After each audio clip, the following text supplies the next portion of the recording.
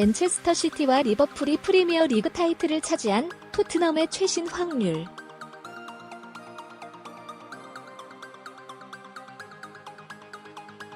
맨체스터 시티는 여전히 모든 분야에서 트로피를 놓고 싸우고 있으며 그 책은 분명히 펩 가디올러의 남자들이 이번 시즌에 은 제품을 집을 것이라고 믿고 있다.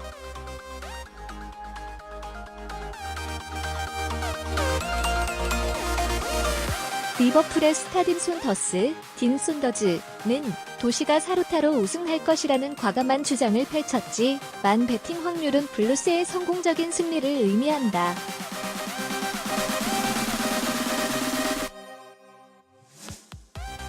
스카이벳을 간략하게 살펴보면 흥미로운 이야기를 들려줍니다. 시의 뛰어난 확률은 이번 시즌에 트로피를 얻지 않기 위해 클럽의 12월 1일 가격을 포함합니다. 리버풀은 4월 6일에 해당합니다.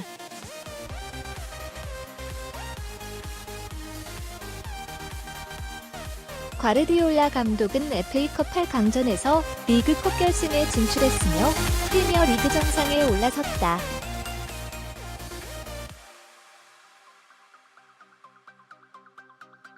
시티는 또한 챔피언스 리그 16강에 진출했으며 작년에 패배한 결승 진출자인 리버풀과 8월 1일에 3한 시합에서 우승을 차지했습니다.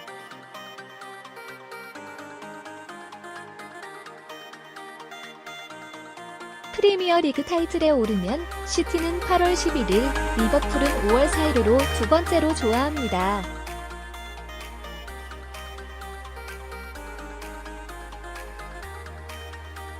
도시를 위한 트로피 여러 옵션은 여전히 4개의 다른 대회에서 여전히 다양합니다.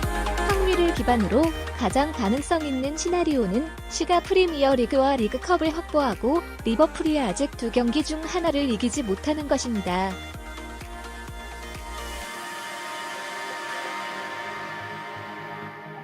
토트넘 핫스퍼 역시 프리미어 리그와 챔피언스 리그를 위해 싸우고 있으며 각각 22일, 16일로 경쟁에서 이기고 있습니다. 400일의 스카이베드로 더블을 얻을 수 있습니다.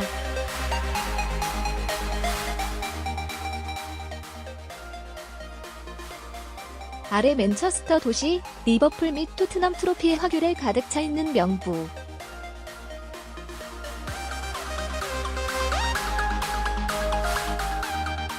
맨체스터 시티 트로피 확률.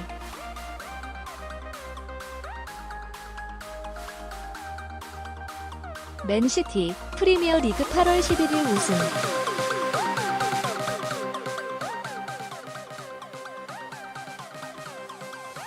맨시티, 프리미어 리그 및 FA컵 5월 2일 우승.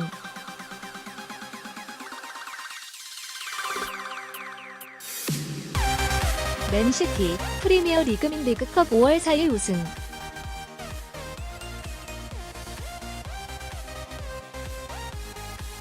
맨시티, 프리미어 리그 및 챔피언스 리그 11월 2일 우승.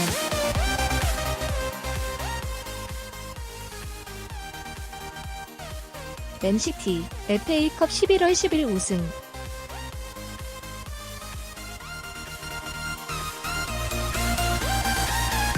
맨시티, FA컵 앤 리그컵 15-8 우승.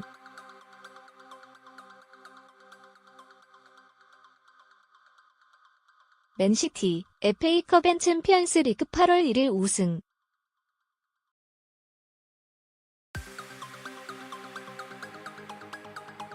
맨시티, 챔피언스 리그 3월 1일 우승.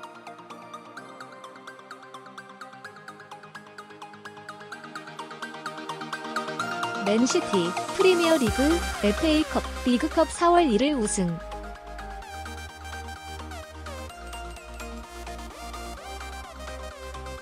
맨체스터 시티, 리그컵 앤 챔피언스 리그 9월 2일에서 우승.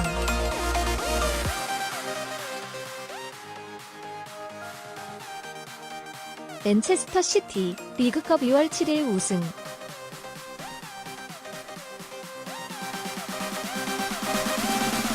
맨시티, 프리미어 리그, FA컵 앤 챔피언스 리그 14일 우승.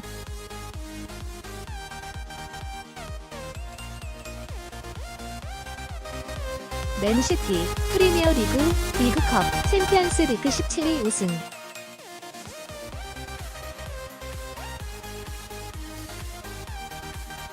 맨시티, FA컵, 리그컵, 챔피언스리그 11월 1일 우승.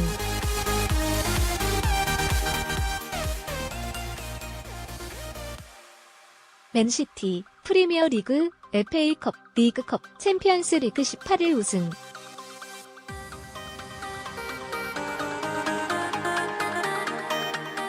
트로피를 얻는 맨체스터 시티, 커뮤니티 쉴드 제외, 166.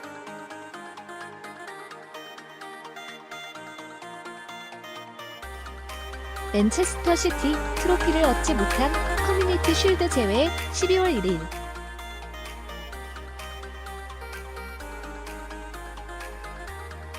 리버풀 트로피 확률.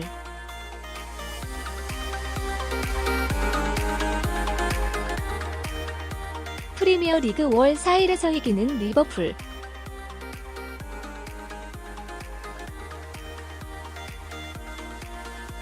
리버풀, 프리미어리그 20일 챔피언스리그 우승.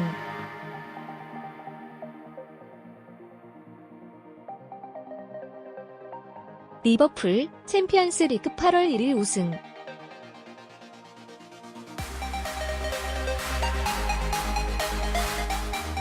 트로피 11월 10일 우승 리버풀.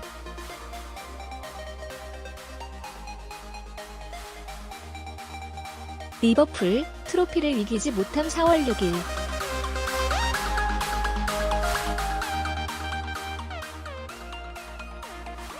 토트넘 트로피 확률.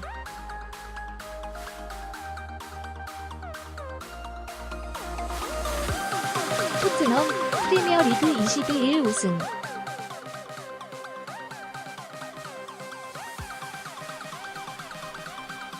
토트넘, 챔피언스리그 16강 진출.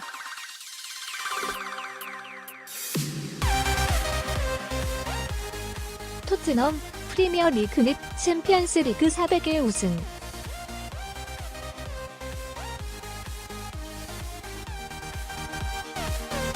토트넘, 트로피 12월 1일 우승.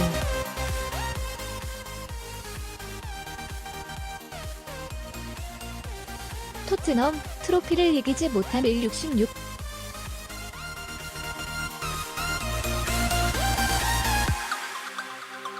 바르셀로나가 리오넬 메시의 결승골에 힘입어 바야돌리드를 제압하며 4경기 만에 승리를 챙겼지만 다가오는 챔피언스리그 16강을 앞두고 불안감을 키웠다.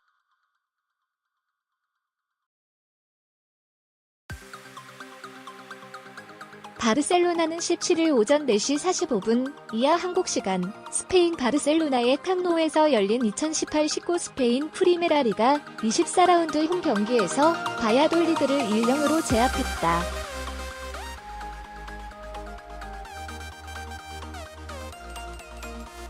이로써 바르셀로나는 공식 대회 3경기 연속 무승부 이후 오랜만에 승리를 맛봤다. 리그에서는 16승 6무 1패, 승점 54로 선두 자리를 유지하며 2위 아틀레티코 마드리드의 7점 차로 앞섰다.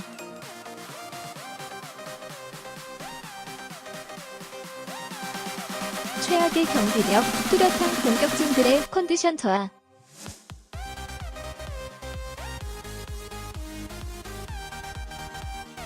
이날 바르셀로나는 4-3-3 포메이션으로 나섰다. 마크 안드레 테어 슈테텐이 골문을 지켰고 포백은 조르디 알바, 토마스 베르마엘렌, 제라르 피케, 세르지 로베르토로 구성됐다.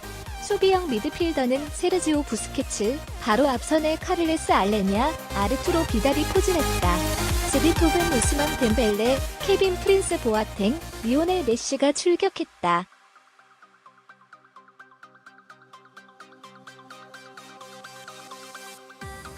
경기는 바르셀로나의 일방적인 우세였다. 리그 15위의 약체 바야돌리드는 5-3-2 포메이션으로 수비 위주로 경기를 운영했다.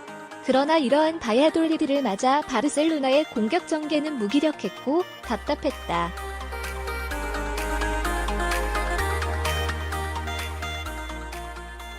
공을 소유하지 않은 선수들의 느린 움직임과 부정확한 패스가 문제였다. 특히 덴벨레는 연이은 턴오버로 소유권을 상대에게 내주기 바빴다. 메시는 자신에게 다가오는 선수들이 업자 패스에 경로를 열지 못하며 빼앗기는 장면이 속출했다.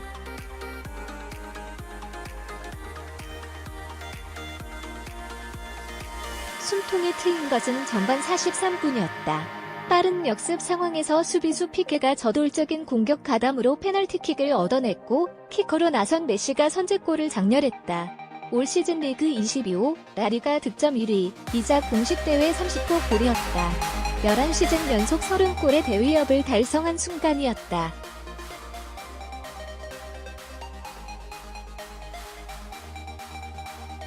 그러나 바르셀로나는 좀처럼 점수차를 벌리지 못했다. 촌철살인의 골 결정력과 슈팅 정확도가 한창 좋을 때의 메시와는 거리가 멀었다. 돌파력은 여전히 명불허전이었지만 메시의 왼발 슛은 빈번하게 골문 바깥으로 향했다. 이날 12개의 슈팅 가운데 페널티킥 1득점이 유일했다.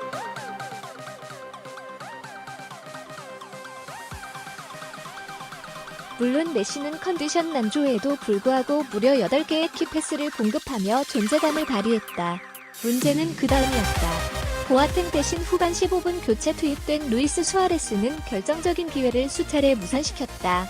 이후 메시는 후반 39분 페널티킥마저 실패했다. 바르셀로나는 결국 한 골차 승리로 경기를 마감했다.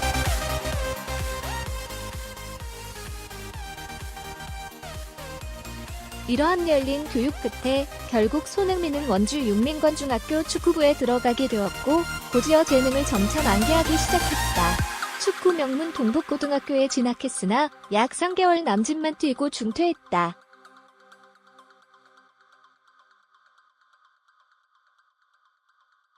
이후 독일 함부르크 SB 유스팀에 1년간 유학을 하고 돌아와 2007에서 2009년 이광종호의 일원으로 U17 월드컵 대표에 이름을 올리게 되었다.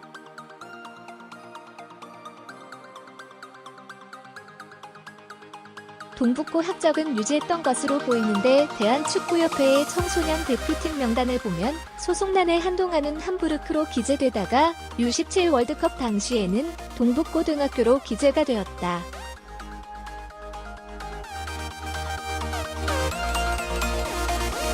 그러나 당시 대한축구협회의 고등부 선수 등록은 안 되었다는 얘기도 있었지만 손흥민 이적 시 동북고등학교가 연대계여금을 수령하는 것으로 보아 동북고등학교 축구부의 일원으로 활동한 것은 이론의 여지가 없는 팩트이다.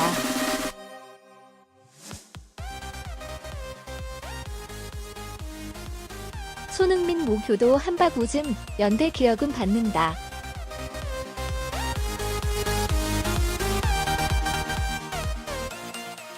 덧붙여 동북고 축구부와 FC 서울 간의 유스 협약을 맺은 첫 해였고 동북고는 FC 서울과 유스 협약을 맺기 전부터 축구 명문고였기 때문에 손흥민이 FC 서울 유스 때문에 진학한 게 아니라 원래 축구 명문인 동북고를 보고 진학한 것이라고 독심술을 사용하여 손흥민의 생각을 추정해가면서 FC 서울과 손흥민의 관계를 애써 부정하려고 하는 여론도 있지만 손흥민 본인이 언론과의 인터뷰에서 FC 서울에 대해 다음과 같은 발언을 남기면서 종결되었다.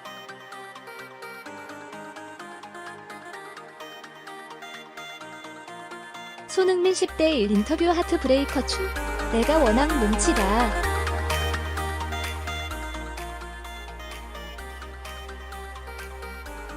프리시즌 데뷔 이전부터 소속팀 감독과 스태프 모두 엄청난 재능이라고 극찬하였으며 심지어는 같은 소속팀 동료인 전설적인 축구선수 루드 반 니스텔루이가 마치 어렸을 때의 자신을 보는 것 같다며 후계자를 삼는 듯한 발언을 몇 차례 했었다.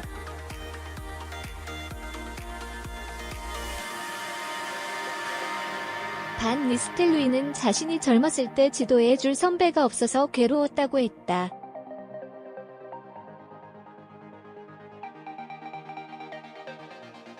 이번엔 자신이 그런 선배가 되어서 재능 있는 손흥민을 지도해주겠다고 발벗고 나선 것이다.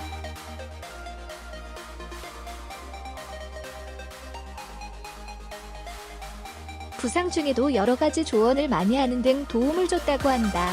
물론 어느 정도 립 서비스도 포함된 것이겠지만 재능이 없었다면 그 정도의 대선수가 손흥민을 치켜 세워주는 발언을 해주지도 않았을 것이다.